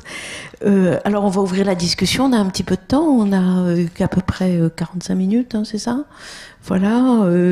Moi, pendant que vous préparez vos questions, je me permets d'en poser peut-être quelques-unes. tout au long de la présentation, je me suis interrogée sur un premier point. Vous évoquez la question de la mobilisation des acteurs locaux, qui est importante, semble-t-il, au début, en disant que il faut faire appel à la ressource territoriale, impliquant la mobilisation des acteurs. Mais je me suis demandé, enfin, à aucun moment on voit apparaître, mais peut-être c'est dans le rapport, comment on dépasse justement les tensions entre les acteurs, les divergences d'intérêts, qui sont évidentes, hein, entre, par exemple, un développeur d'activité commerciale ou autre, et puis un habitant lambda, enfin, etc. Mon deuxième point, vous avez évoqué des frémissements, hein, sur le troisième type de lieux, ceux qui sont des leviers de développement. Et je vois bien ce que vous voulez dire. J'ai en tête des lieux où on évoque ces frémissements, mais où je suis pas sûre que ça frémisse beaucoup. Et il me semble que parfois on surestime le potentiel, en tous les cas le potentiel économique d'un site, fût-il exceptionnel. Et ça, c'est une question qui est très importante, c'est comment on essaye d'ajuster la réalité, enfin le fantasme à la réalité. Troisième point, moi j'ai été un peu frustrée, alors évidemment parce que c'est ma partie, hein, par la partie économique. Mais peut-être qu'elle est beaucoup plus développée dans le rapport lui-même. J'avais lu que le résumé. Vous évoquez les coûts, hein, qui sont, et vous évoquez certains modes de financement, un certain nombre de pistes, notamment la valorisation des marques, le crowdfunding, la tarification éventuellement différenciée, etc. Et donc je me suis demandé si vous aviez une typologie. Parce que là, je suis sûre qu'on peut construire aussi une typologie des différents sites exceptionnels et de la manière dont ils peuvent fonctionner. Et puis mon dernier point, ce sont des petits points, c'est tout au long que j'ai noté. Évidemment, quand quelque chose est très riche, on a envie d'aller plus loin. Sur les différentes tensions que vous évoquez, temps long, temps court, fragmentation, coopération, etc. Vous évoquez la tragédie des communs et vous évoquez des manières de dépasser en fait ces tensions, des bonnes pratiques. Et je me suis demandé justement, alors sur la fragmentation, coopération, on voit bien, vous tissez des pistes. Sur temps long, temps court,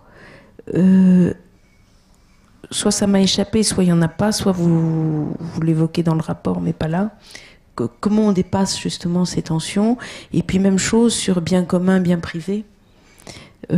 Comment on essaye enfin, est-ce que vous avez repéré justement des bonnes pratiques, des outils de dépassement de ces tensions? Vous n'êtes pas obligé de répondre à tout, d'autant plus qu'il y a des questions aussi dans la salle qu'on va prendre. Alors, je commence sur quelques points, puis vous complétez. Bien, alors sur les frémissements, moi aussi j'étais étonnée de voir de mesurer concrètement, quantitativement des frémissements qui n'étaient pas apparus dans la première étude qu'on avait pu faire avec Rémi Prudhomme sur l'impact des sites, alors c'était UNESCO uniquement, sur le développement économique des territoires. On les voit pas. C'est-à-dire que si on analyse tout globalement de façon indifférenciée, on voit rien, ou on voit qu'il n'y a pas un gros impact, ça dépend des cas, etc.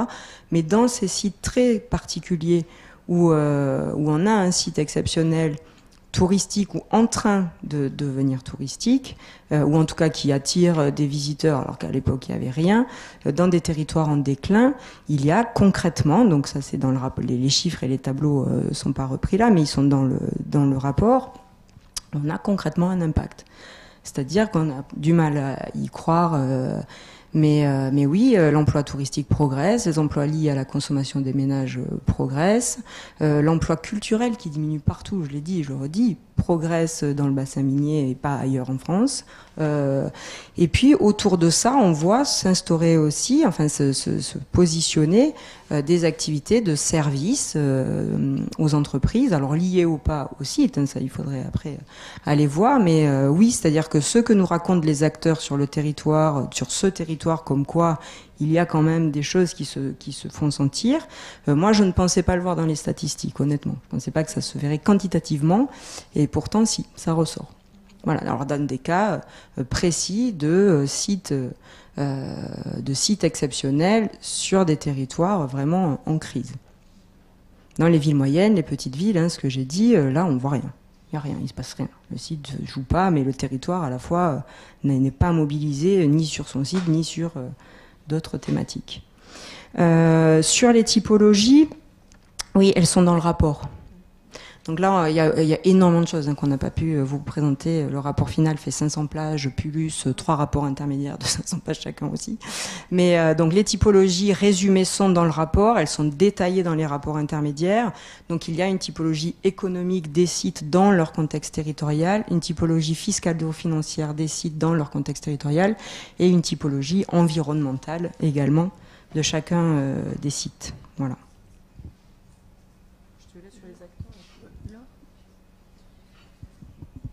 Oui, par rapport à la question de la mise en gouvernance par rapport à des logiques antagonistes d'acteurs, ce qui est ressorti des enquêtes qualitatives qu'on a menées sur les 7 sites, c'est le levier assez puissant que peut être le paysage par rapport à cette mobilisation et cette mise en dynamique des acteurs. Parce que le paysage est porteur d'une dimension matérielle. On va avoir ce paysage pour ce qu'il est, mais aussi pour la dimension immatérielle que revêt ce site. Typiquement, bassin minier avec les terris et du coup l'histoire minière qu'il y a à travers cette lecture du paysage. Et comme on l'a vu ce matin, les paysages sont issus à la fois de dynamiques environnementales, mais aussi anthropiques. Ce qui fait qu'on est dans des évolutions de territoire qui sont infléchis par les politiques qui peuvent être mises en place à l'échelle locale. Et bon, c'était pas une recherche qui visait à montrer comment le paysage pouvait être un levier, mais à travers différents témoignages, on a pu constater que le fait d'aborder cette question-là de l'évolution du paysage et comment il va se transformer dans 20 ou 30 ans permettait à des acteurs qui ont des points de vue différents ou des logiques d'aménagement différentes de pouvoir exposer concrètement les attentes par rapport à ces sites et de pouvoir construire une médiation par rapport à une vision prospective que pourrait être ce paysage. Et le Marais Poitevin est un site qui a mis en place cette démarche, mais également le bassin minier et également le lac du Salagou, en fait, qui a du coup, dans le cadre de son EGS, essayé de constituer cette réflexion autour de la notion de paysage.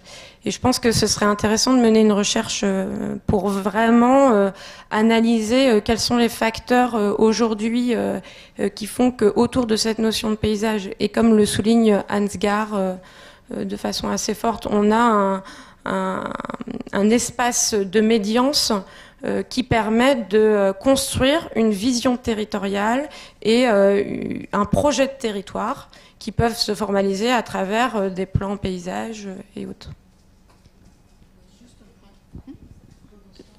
Oui, juste un micro point. La réponse à comment apaiser les tensions entre les acteurs, le paysage est une réponse, il y a d'autres réponses quand même développées dans le rapport. Oui, alors, ça ne sera pas vraiment une question, mais plutôt un témoignage. Donc, Éric Goupil, président du schéma de cohérence territoriale de la baie du Mont-Saint-Michel. Plutôt un témoignage. Et donc, nous travaillons en interscot avec nos collègues bretons du PETR de Saint-Malo et du Pays de Fougères sur l'écriture du plan de gestion. Comme vous le savez tous, le Mont-Saint-Michel était inscrit depuis 1979, mais sans plan de gestion. Mont-Saint-Michel et sa baie. Et donc nous venons d'être chargés de l'écriture en collaboration avec les services de l'État, DRAC, DREAL, de l'écriture du plan de gestion. Et je me suis beaucoup retrouvé dans votre conclusion. Enfin, j'ai beaucoup retrouvé mon territoire dans votre conclusion, à savoir que nous avons enclenché deux projets. Le premier, c'est un projet de site belvédère, sur toute la baie du Mont-Saint-Michel, initiant dans un premier temps 4 projets en collaboration avec le site du Grand Chambord. Nous souhaitons en fait diversifier l'entrée sur le territoire par l'entrée belvédère et ne pas entrer sur notre territoire que par le Mont-Saint-Michel, mais plutôt par les Montjoie et les ex-sentiers de pèlerinage. Et nous avons enclenché une seconde action qui est un plan paysage. Chargé en fait de valoriser l'entièreté de notre territoire, du côté breton comme du côté normand. Et la seule question que je vous poserai, c'est vous cherchez un site ou des sites emblématiques. La seule question que je vous poserai, c'est quand venez-vous dans la baie du Mont-Saint-Michel? Voilà.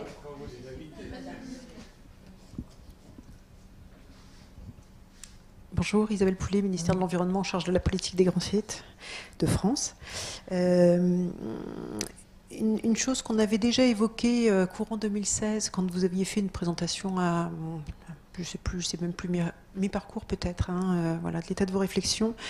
On avait déjà évoqué l'importance de préciser les notions qui sont utilisées dans le dossier. Et là j'avais plusieurs questions autour de cela, c'est pour ça que j'y reviens. Vous avez évoqué dans les territoires où il y a des frémissements possibles, une vision, enfin dans les pistes, de faire en sorte qu'il y ait une vision non figée du patrimoine. Et ce qui m'intéressait, c'est peut-être que voilà, vous redisiez bien ce que vous entendez par patrimoine, et puis aussi ce qui m'intéresse, c'est ce que qu'est-ce que vous entendez par vision figée ou non figée du patrimoine. Et puis une chose que j'ai pas compris, mais c'est vrai que voilà, il faut aller vite dans cet exercice. Quand vous avez évoqué les freins qui peuvent s'opposer aux équilibres sur les territoires et vous avez évoqué en fait les pesanteurs qui pèsent sur les sites en évoquant les biens par décret, les biens communs. Et enfin, j'ai pas compris. Voilà, j'ai pas compris ce que vous vouliez évoquer. J'étais pas sûre d'être claire sur ce sujet. Et puis enfin une autre question. Vous avez, dans les exemples de territoires toujours sur lesquels il y a des frémissements, parlé de territoires en fait qui s'appuient sur le tourisme pour se développer. Et ça c'est une question que je me pose moi. Qu'est-ce qu'il advient des territoires qui n'ont, alors vous l'évoquez dans les différents, dans la typologie, qu'est-ce qu'il peut advenir de ces territoires s'ils ne trouvent comme piste de développement que le tourisme? Alors c'était peut-être pas tout à fait ce que vous vouliez dire, mais j'étais intéressée pour comprendre quelle pérennité pour un modèle de développement de ces territoires dès lors qu'il ne repose que sur le tourisme.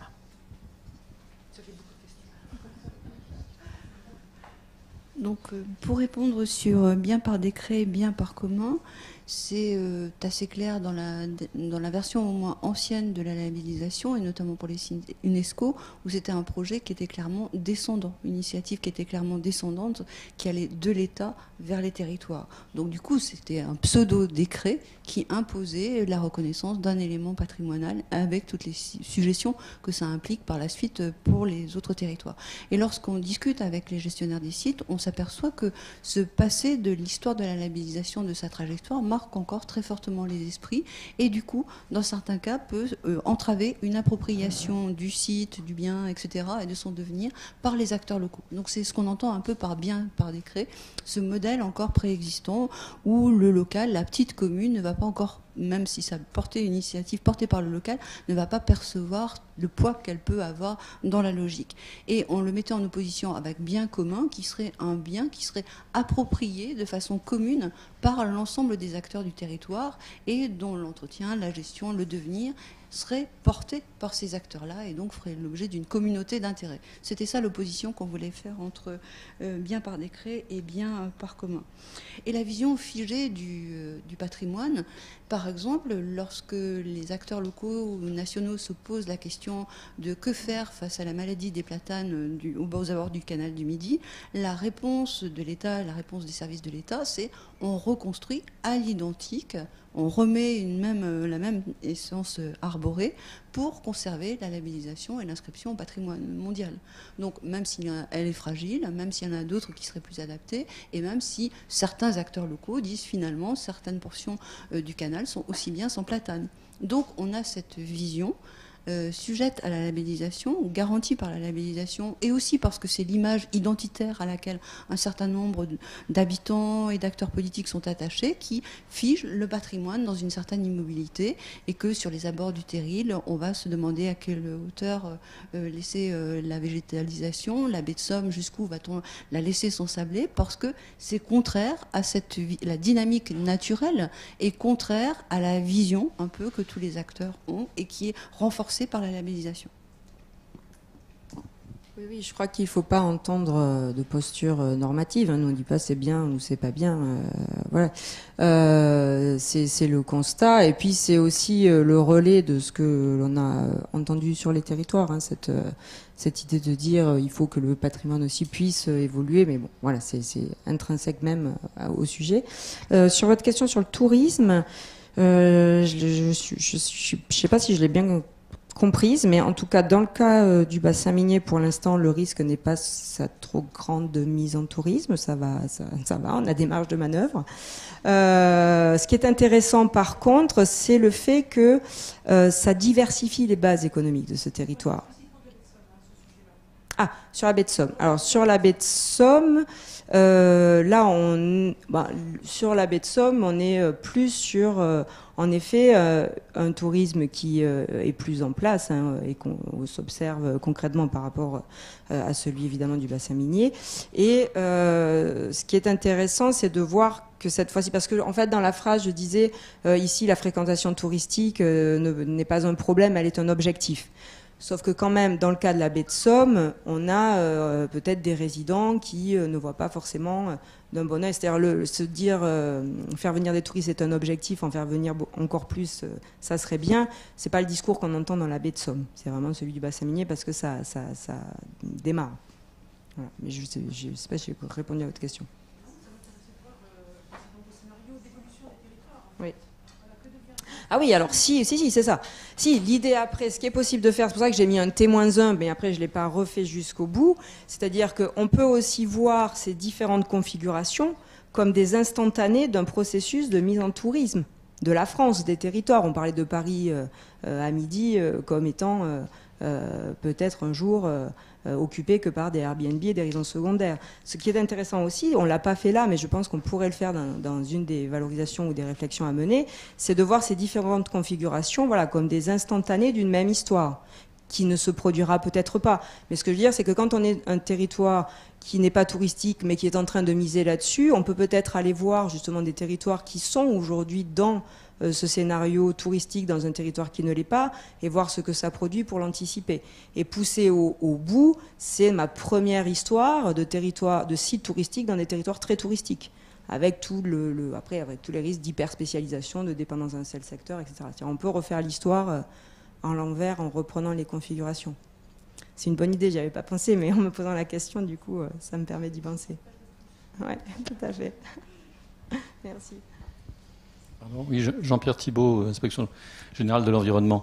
Ce qui est frappant, et merci pour votre exposé extrêmement stimulant, c'est que finalement, de manière assez paradoxale, mais le paradoxe n'est qu'apparent, ces espaces sous statut, obligatoirement, sinon ils ne seraient pas labellisés, que ce soit les grands sites ou que ce soit les biens UNESCO, sont justement des territoires où cette innovation est quasiment un devoir, puisqu'ils ont des comptes à rendre régulièrement, tous les, Isabelle, 6 ans pour les grands sites de France, tous les 10 ans parce qu'on doit réviser le plan de gestion UNESCO, peut-être pas réviser complètement la valeur universelle exceptionnelle, encore que quand on parle de patrimoine de paysage culturel évolutif vivant, qu'est-ce qu'on dit d'autre que un territoire qui continue à vivre? Ces territoires de plus en plus vastes, plus simplement ponctuels, c'est plus simplement des cathédrales, c'est des grands espaces, c'est le Val-de-Loire.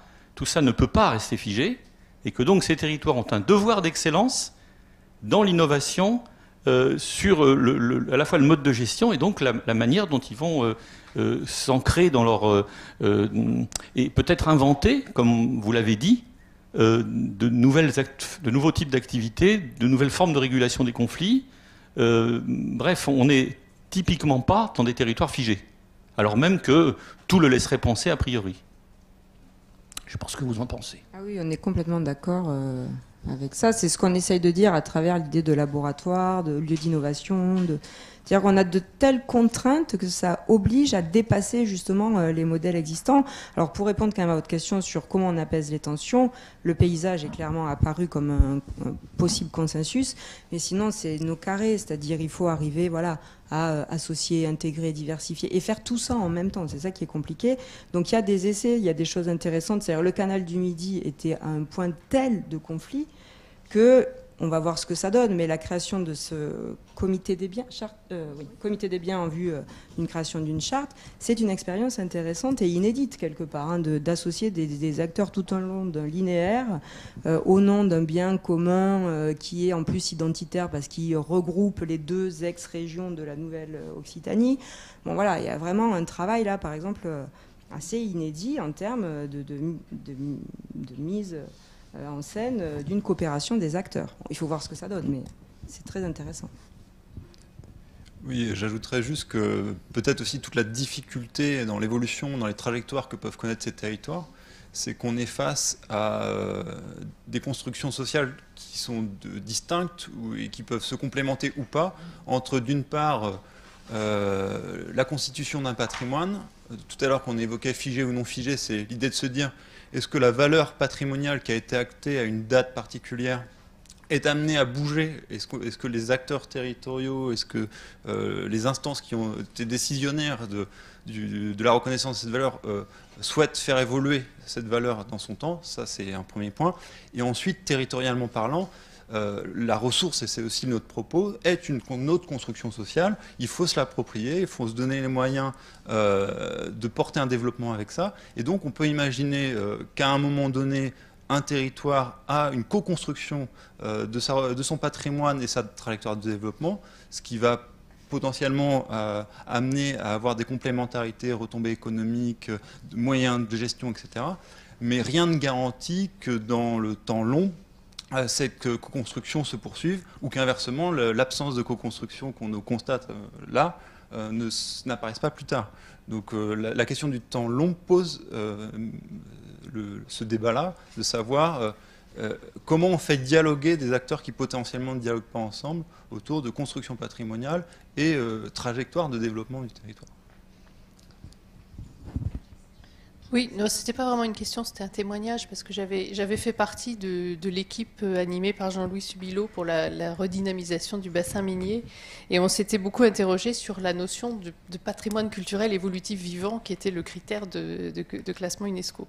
Et en fait, quand on recherche le raisonnement, disons, qui a conduit à ces termes, en fait, ce patrimoine est considéré comme évolutif parce qu'il est le fruit d'une évolution et de l'intervention humaine, enfin, du fait de l'exploitation minière pendant des décennies. Il est vivant parce qu'il est encore habité, ce qui n'est pas le cas d'un paysage similaire qu'on trouve en Cornouailles, par exemple, qui est un patrimoine minier déserté. Mais malgré tout, ce qui autorise une certaine capacité de continuation, d'évolution, mais dans les limites de ne pas porter atteinte aux raisons qui ont conduit au classement. Donc il y a un équilibre effectivement à trouver.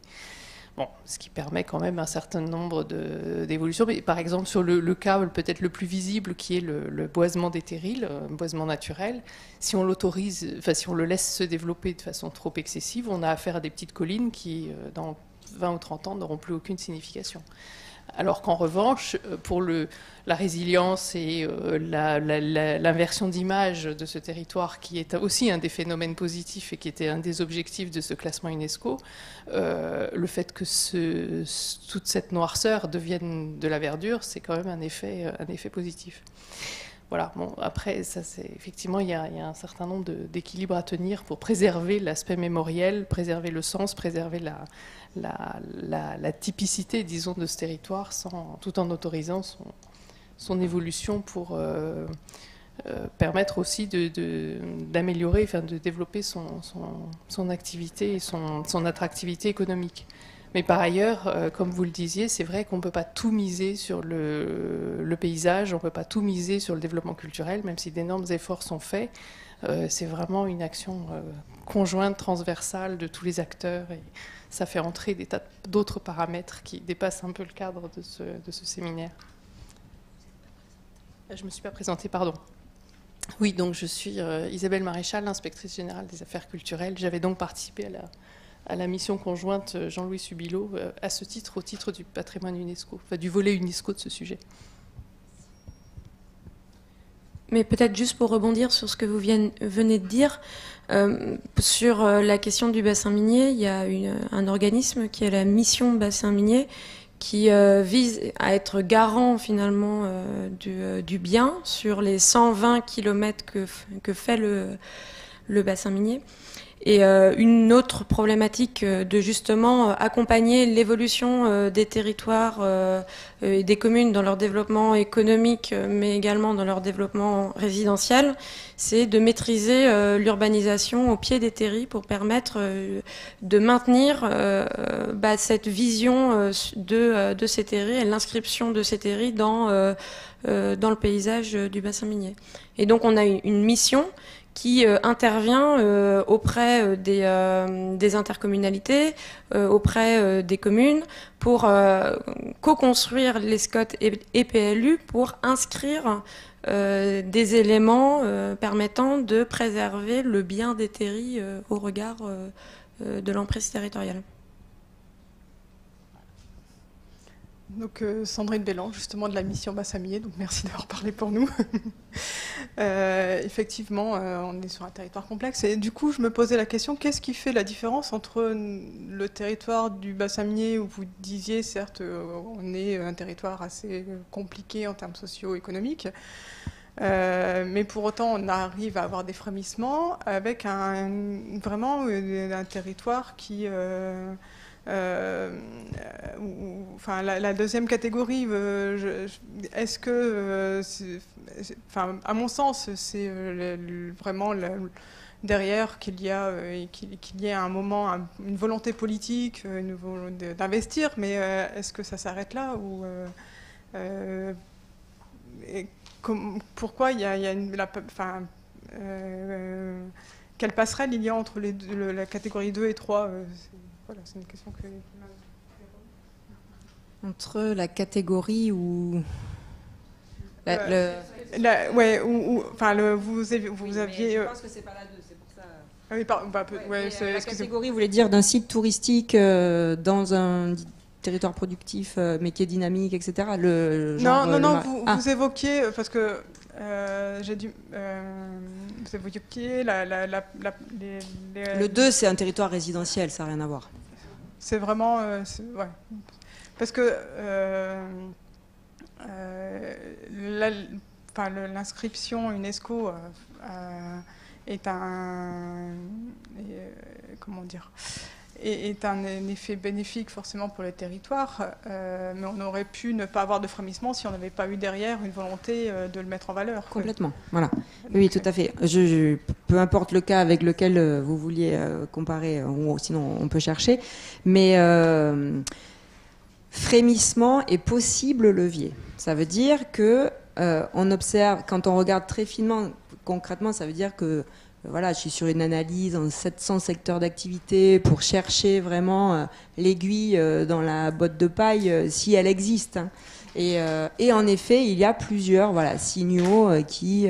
mais pour l'instant, ça ne fait pas levier dans le sens où les emplois diminuent, la crise économique a été très dure, socialement ça reste compliqué, politiquement aussi.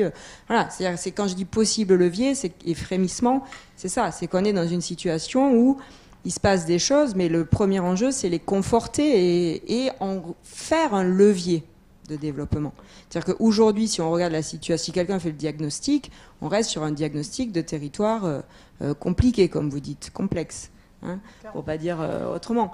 Mais voilà. Mais néanmoins, quand on analyse ça vraiment d'une façon un peu plus fine, il y a quand même des signaux intéressants. Voilà. Et dans les signaux, il y a les centres culturels, par exemple. Il y a 5 centres culturels qui se sont développés depuis quelques années dans le bassin minier. On n'observe pas de dynamique comparable dans les autres sites aujourd'hui. C'est ça. Et on pourrait se dire, ça n'a pas d'impact sur l'emploi, ou ça se trouve... Et y compris, donc là... c'est Françoise qui met à jour cet effet-là, mais y compris richesse fiscale, quand elle nous dit ça reste modeste, voire très modeste, c'est-à-dire que tout reste compliqué, mais là aussi ça progresse plus qu'ailleurs. C'est intéressant de se dire, bon, quand même, il se passe des choses, quoi. Et c'est intéressant justement de pouvoir le montrer. Donc, oui, je pense. Je pense que nous, on va avoir intérêt à réutiliser votre étude pour dire, bah, voyez, ça a des effets. Hein, et donc, il faut... C'est réconfortant un peu, c'est ça. il faut poursuivre. Donc ça, c'est effectivement intéressant. Et ce qui fait la différence avec les cas où il ne se passe rien, c'est la volonté politique, oui. C'est la stratégie, c'est quand même le récit porté par ce territoire et incarné par le site. C'est ça la différence. C'est-à-dire la ville moyenne, quand je dis Amiens, Troyes, Orange. Alors il se trouve qu'on n'a pas, c'est un peu le hasard, il se trouve qu'on n'a pas de terrain dans une de ces petites villes ou villes moyennes qui va mal et où le site finalement n'est pas valorisé, ou voilà, on n'en a pas. Et donc bon, mais on connaît cette problématique par ailleurs dans nos analyses d'économie territoriale, dans ce qu'on a pu faire dans d'autres projets de recherche. Donc on peut dire des choses sur ces problématiques de villes moyennes, mais aujourd'hui, ce que les acteurs ont envie de faire avec ces sites, on ne sait pas. Là, ça serait mentir que de vous faire une analyse par le site si on n'en a pas. Mais la différence, c'est la volonté. Je pense que c'est justement le portage, la volonté politique, la mise en récit. Voilà.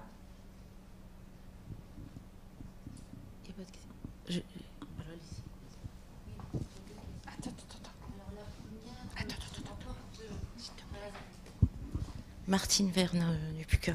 La première question se rapporte à un travail que Magali a fait pour nous concernant donc les aménités et le développement local, et notamment le développement touristique.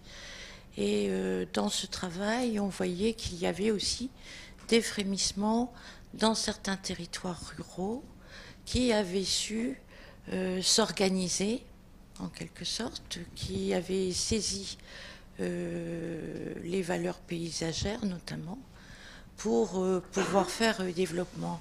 Et là, on n'en a pas parlé. Alors, c'était des travaux qui étaient consécutifs aussi à l'intervention de Pierre-Antoine Landel aussi, sur les pôles d'excellence à la Datar. Et est-ce qu'on a fait le lien avec les deux, ou là, c'est très différent, on est dans tout à fait autre chose. Et la deuxième question, qui est plutôt une interrogation que je me pose par rapport à mon propre trajet, c'est que j'ai remarqué que parfois on manquait dans des territoires peu denses de porteurs. C'était vrai pour les actions du FEDER notamment.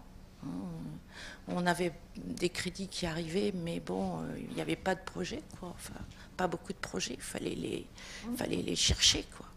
Et là, je me dis, c'est pour le bassin minier, est-ce qu'on n'est pas justement sur une synergie positive, mais qui serait pas simplement que liée au site, qui serait aussi du fait de progressivement dans le Nord, on rattrape un peu le niveau scolaire. On a besoin que progressivement aussi, il y a plus, du fait de l'effet de dilatation qu'à Lille, on a aussi des gens qui font beaucoup plus des trajets domicile-travail, et qui a peut-être aussi le bassin minier. Je veux dire, est-ce que c'est peut-être pas tout l'effet d'une synergie?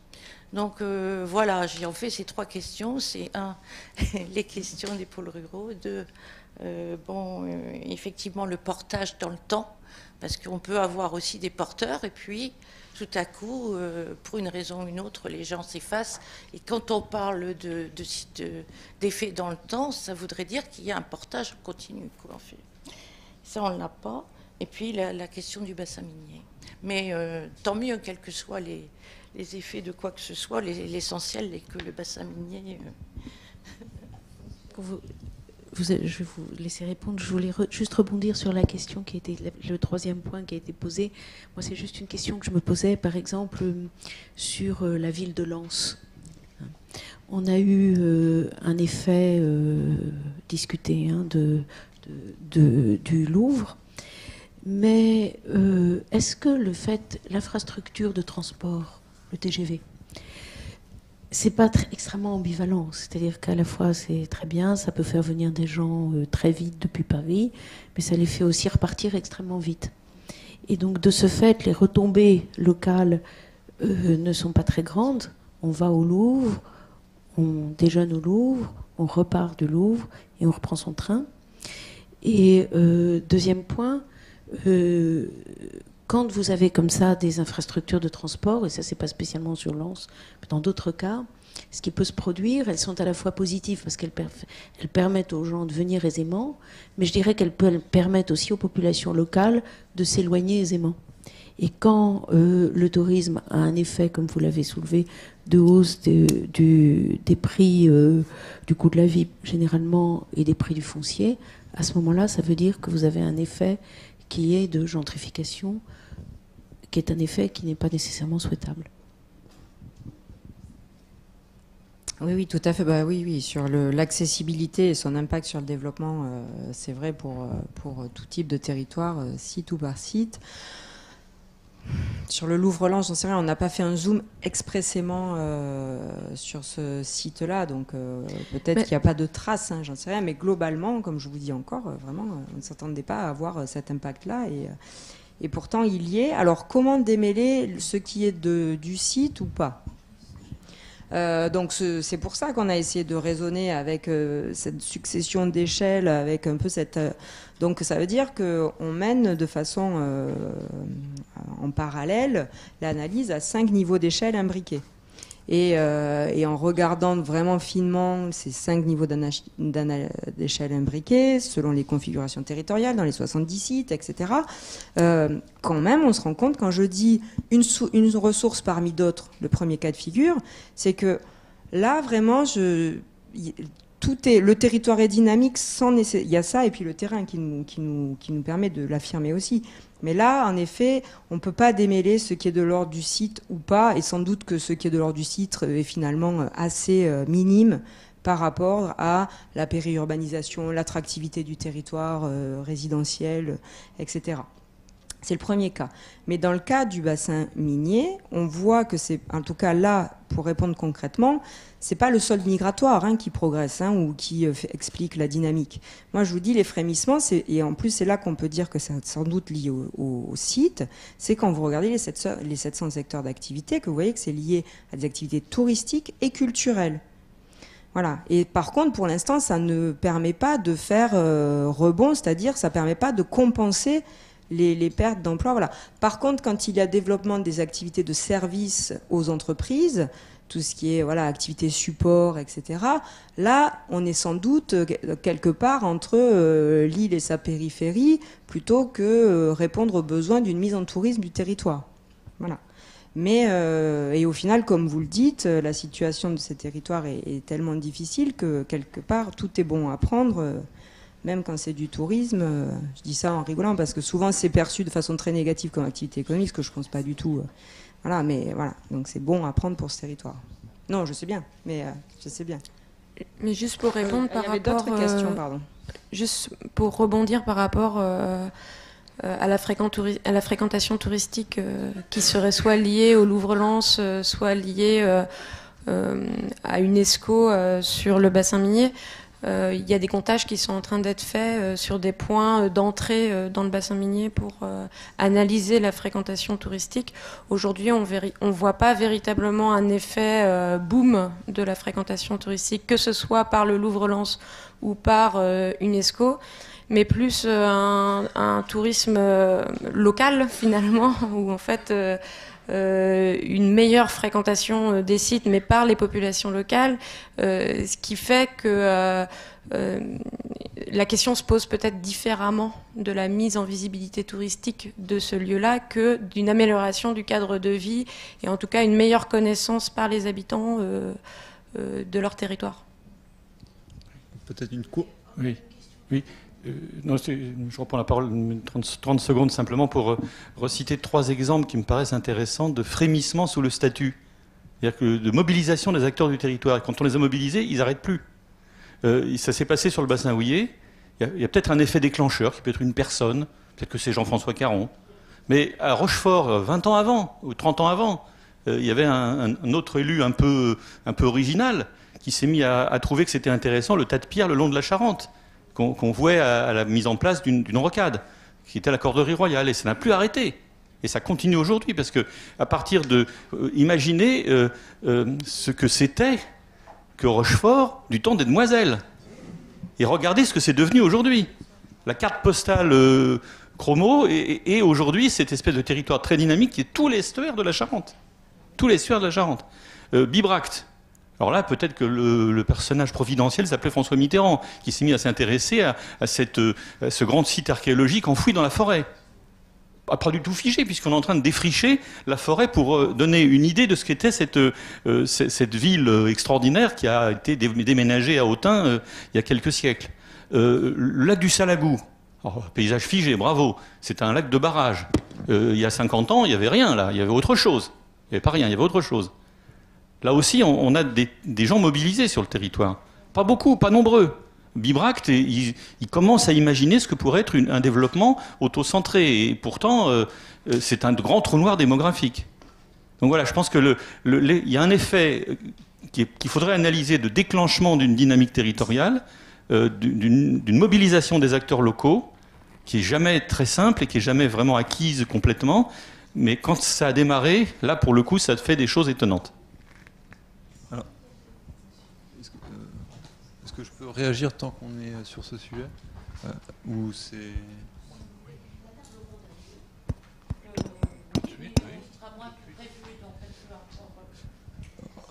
Très rapidement, parce qu'en fait, votre intervention me permet de rebondir sur une chose que je voulais évoquer par rapport à l'intervention de Martine Vergne, c'est que le collectif de recherche, lorsqu'on s'est emparé du sujet sur les sites exceptionnels, on s'est posé nécessairement une question qu'on n'a pas évoquée ici, c'est quoi le critère d'exceptionnalité? Donc là, on l'a tranché en sélectionnant les sites UNESCO, les sites membres du RGSF. Mais on s'était dit, est-ce qu'il n'existe pas quelque part des sites qui seraient exceptionnels, mais qui, faute de porteurs de projets, faute de moyens nécessaires pour faire valoir la reconnaissance du site, n'ont pas les moyens de le reconnaître comme tel. Et on avait évoqué notamment un cas dont je m'excuse de ne plus me rappeler le nom exact, peut-être que certains le connaissent ici, dans l'est de la France, où il y a un site remarquable d'empreintes de dinosaures. Comment dire, je ne sais pas si quelqu'un connaît le site et pourrait le citer, mais bon, c'est un site particulièrement étendu, où il y a des empreintes parfaitement restituées de dinosaures, qui un temps étaient complètement ouverts à la fréquentation des visiteurs, et qui très rapidement, cette fréquentation des visiteurs est devenue problématique, au point qu'ils ont sablé et bâché le site pour qu'on ne puisse plus le dégrader. Mais à ma connaissance, il n'y a pas eu de portage qui a donné suite à tout ça.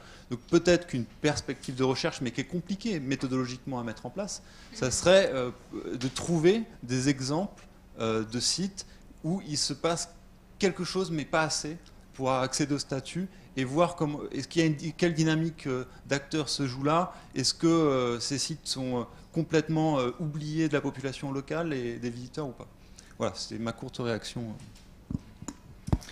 Oui, dans la dialectique entre le discours, l'économie et l'argent public, qui est compliqué évidemment, vous faites la partie belle au discours, un peu à l'économie, mais la portion congrue au budget. Vous mentionnez bien à un moment ou à un autre des impacts budgétaires ou des ressources budgétaires, mais d'une façon qui est extraordinairement vague. Et moi, je suis un tout petit peu frustré par le fait que je n'ai pas le moindre ordre de grandeur de ce que l'existence d'un site implique de la part des collectivités territoriales ou d'entités qui ont des budgets, implique en dépenses et encore moins en recettes.